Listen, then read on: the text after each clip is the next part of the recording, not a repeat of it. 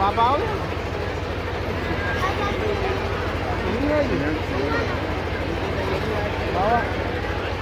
इसके साथ साथ संत रामपाल जी महाराज ने अन्नपूर्णा योजना के तहत किसानों को मुफ्त में दवाइयां एवं बीज उपलब्ध कराए हैं और वो निरंतर किसानों के उत्थान में कार्य कर रहे हैं।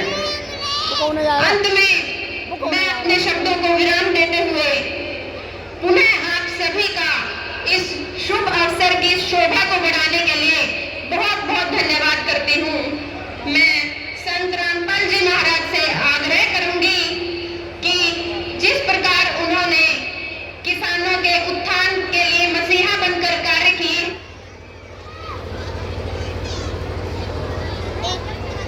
हैं, वो अपनी दया दृष्टि अन्नदाता पर ऐसे ही बनाए रखें ताकि हमारे अन्नदाता का उद्धार हो सके और वो एक खुशहाल जिंदगी जी सके। मैं यहाँ उपस्थित सभी श्रोतागण से भी आग्रह करूंगी कि जिस प्रकार संत रामपाल जी महाराज ने मानवता की रक्षा के लिए कार्य किया है, हम सबको भी उनसे प्रेरणा लेकर मानवता के रास्ते पर मानवता की रक्षा के लिए मानवता के धर्म को अपनाना चाहिए। यह सम्मान समारोह गुरु जी के कार्यों के आगे बहुत ही छोटा है। किसानों के मसीहा बनकर आए संत रामपाल जी महाराज को हम सब नतमस्तक होकर कोटि कोटि नमन करते हैं और अपना आभार व्यक्त करते हैं। आप सबका बहुत बहुत धन्यवाद। सत साहिब।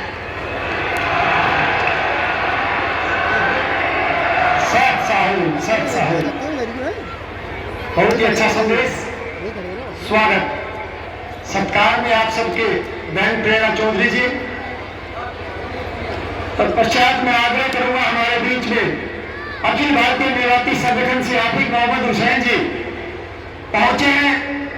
वो 1 मिनट के लिए बहुत ही अच्छा संदेश आफिक मोहम्मद जी।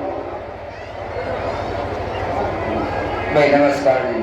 सभी माँ बहनों से और तमाम नौजवान से और तमाम बुजुर्गान दीन से, जितने बच्चे हैं, बूढ़े हैं, बहन हैं, नौजवान साथी हैं, सबका मैं तहे दिल से इस्तकबाल करता हूँ।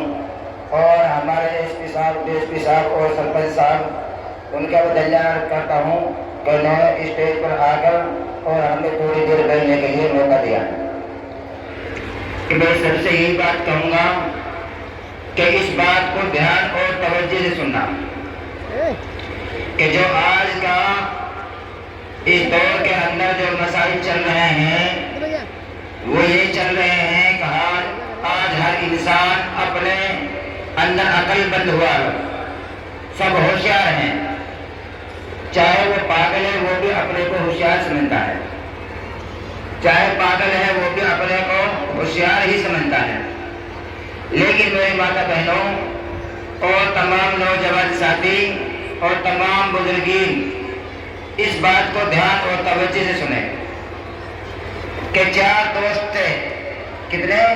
4 दोस्त थे और वो आपस में काम भी करते थे, काज भी करते थे। और जब उनकी जिंदगी अच्छी तरीके से गुजरने लगी तो मेहनत मजदूरी से दूर होने लगे और अक्लमंदी के साथ वो जिंदगी गुजारने लगे तो उनके अंदर एक कैफियत नजर आई उन्होंने कि यार हम इतने बड़े घर से हैं, ऐसे घर से हैं, और हम अगर मजदूरी करेंगे तो लोग हमसे क्या कहेंगे, हमसे लोग क्या करेंगे। कि जो आज का दौर चल रहा है, इस दौर के लिहाज से मैं इस बात को बोल रहा हूँ कि आज का दौर जो नौजवान साथी हैं कि जिन्हों के अंदर तरह तरह की बीमारियां पैदा हुई हैं। सबसे पहले हमारा पंजाब बर्बाद हुआ था और आज इसी तरीके से हमारा हरियाणा भी बर्बाद हो रहा है। कि वो सबसे पहले जो चीजें हैं मैं उसको बताता हूँ कि वो अपने अंदर अक्लमंद बना करते थे। जब इतना वक्त आ गया उनके करीब कि वो खाने पीने के मोहताज बन गए, कोई उनके लिए दुकानदारों में, बाजारों में कोई चीज उधार भी नहीं देते थे। फिर घर में उनके लड़ाई झगड़े होने लगे बोलने लगी और कहती कि भाई तुम कमाते क्यों नहीं हो? तो उनको मजदूरी करते हुए शर्म आया करती थी। तो उनकी जिंदगी माँ बाप के राज के अंदर अच्छे सुकून में गुजरी, और जब माँ बाप का सुकून उनसे छीन गया तो वो बददिली की जिंदगी गुजारने लगे। इसी तरीके से आपस में मशवरा करा, इस बात को ध्यान तवज्जो सुनना। उन्होंने कहा भाई चलो कहीं कमाने के लिए चलते हैं। जब वो कमाने के लिए चारों के चारों निकले तो घर पे बोला उन्हें कि हमें खाना दे दो। घर से खाना बांध कर और वो चल दिए, और जाते जाते रास्ते में बहुत लंबे निकल गए, लेकिन उनके लिए कहीं मजदूरी नहीं मिली। क्यों नहीं मिली? कि माँ बाप की उनके ऊपर बददुआ थी, माँ बाप की उनके ऊपर बददुआ थी। जब चलने लगे वो, तो उन्होंने रात में भूख लगने लगी, रात में उनको भूख लगने लगी।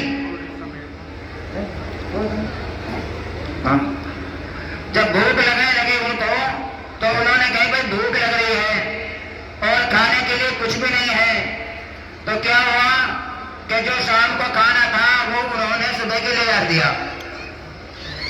तो अब वो मशवरा होने लगा भाई सुबह भी खाने के लिए कुछ भी नहीं है, और जो अगर किसी को बढ़िया ख्वाब दिखेगा तो हम उसके ऊपर काम करेंगे। लेकिन जब इंसान सो जाता है तो उसको कोई होश हवास नहीं रहती। इसी तरीके से जो आज हम सोए हुए हैं, आज सारा समाज सोया हुआ है, ये बहुत गम और फिक्र की बात है कि जैसे हमने बहुत से एमएलए भी है, मंत्री भी है, सबके सब है जिन्होंने वो काम नहीं किया जितना जैसा संत कबीर साहब ने हमारे लिए काम करा है, समाज के लिए काम करा है, कि हम सारे के सारे पहले से सोए हुए थे और इस अब भी सो रहे हैं, लेकिन अभी तक हमें कोई ख्याल नहीं है। अगर हम सो गए तो सारा समाज सो जाएगा। तो इसलिए संत कबीर जी ने हमको सबको आपको खड़ा किया है, और जैसे हमको सबको आगाह किया है कि इससे जितना हमको फायदा हुआ है, आपको फायदा हुआ है, इतना। हाँ, संत रामपाल जी, हाँ, संत रामपाल जी से जिस तरीके से हमको